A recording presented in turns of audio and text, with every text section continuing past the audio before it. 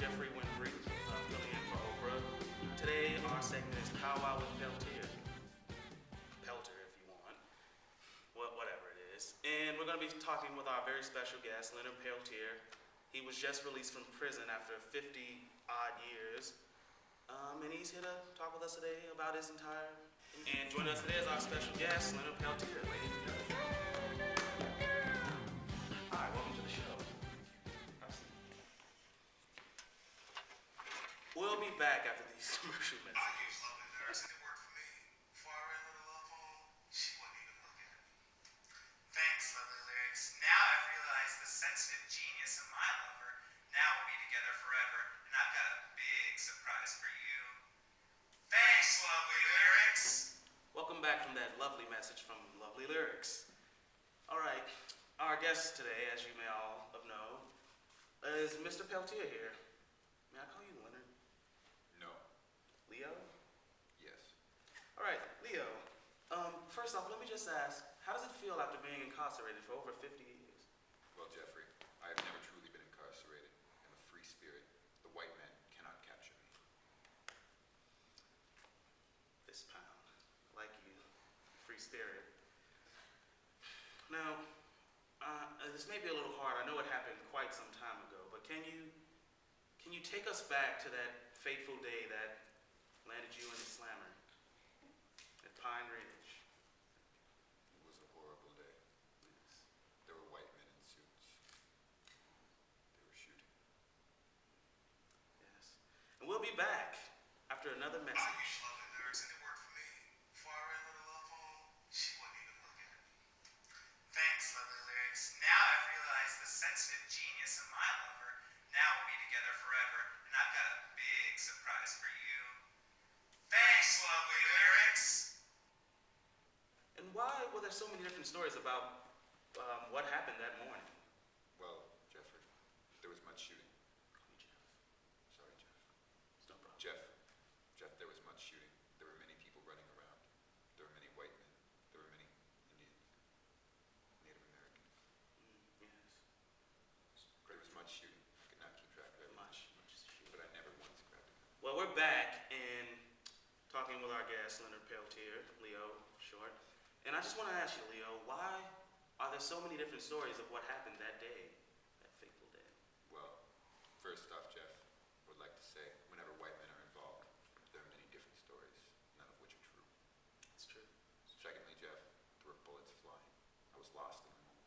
I was terrified. Well, one can only imagine you'd be panicked in such a dreadful situation. Who would not be? I don't think any of us we couldn't. The white men terrified me. They pointed their guns. They spoke their lies. It is how it's always been.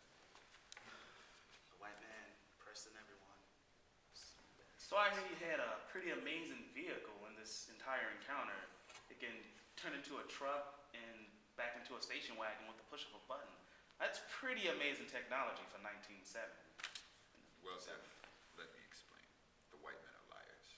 I told only one truth. Are you sure there's no mystical implications involved? You didn't call on your ancestors there? No. My ancestors are dead, Jeff. Yeah, I know. That's why you... They can speak to me. They can't drive cars. Or create them. I'm sorry if I offended you.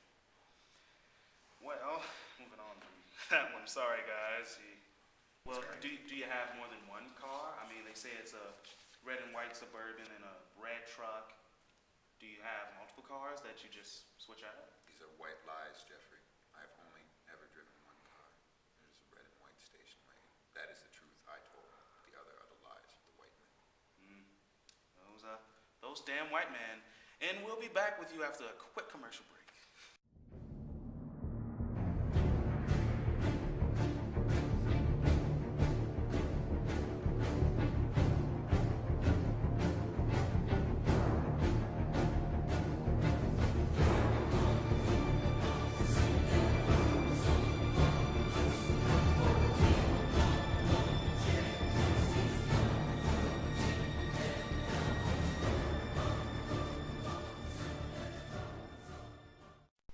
So we're back, and I have more questions, obviously. It's a long show. We have to fill it up with something.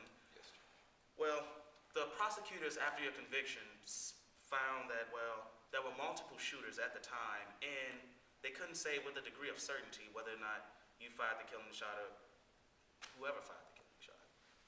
How does this make you feel knowing that your trial was guilty until proven innocent, while in America we proclaim innocent until proven guilty?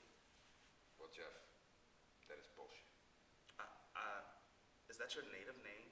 No, Jeff, my native name is Shits Like Bull. I'm sorry. It is okay. It's the fact checkers. However, to elaborate, I feel these are more the lies of white men revealed before other white men.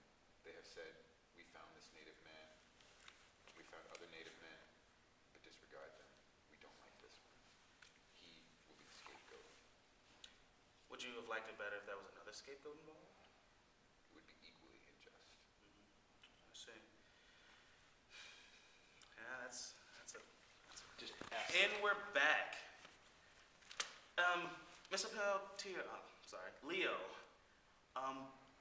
We have some information on you running for president back in 2004, and you received 27,000 votes in California out of the Freedom and Peace Party. Yes. Would you mind telling us about that? Now that you're out, do you have any aspirations to run again? Well, Jeff, it was part of my dream to run for the presidency, but not to actually become president. I only wanted my message spread. 27,000 people, at the very least, heard it, and that indeed brings me joy. However, I would not run for president again in my advanced years. I may not look it because I have native blood, but I'm 80 years old, and we do not need another McCain-Palin situation. I agree so very much. Before we go to ask the audience questions, I want to tell everyone in the studio that you will receive a copy of one of the many books we have here on Native American literature. And my mother's book for the book club of the month is Braveheart. I haven't. Actually, Jeff, it is Bearheart, I'm but sorry. many misunderstand our people. I think of William Wallace all the time. Yes, he was very white. He's dreamy, though. He fought for his love. He died.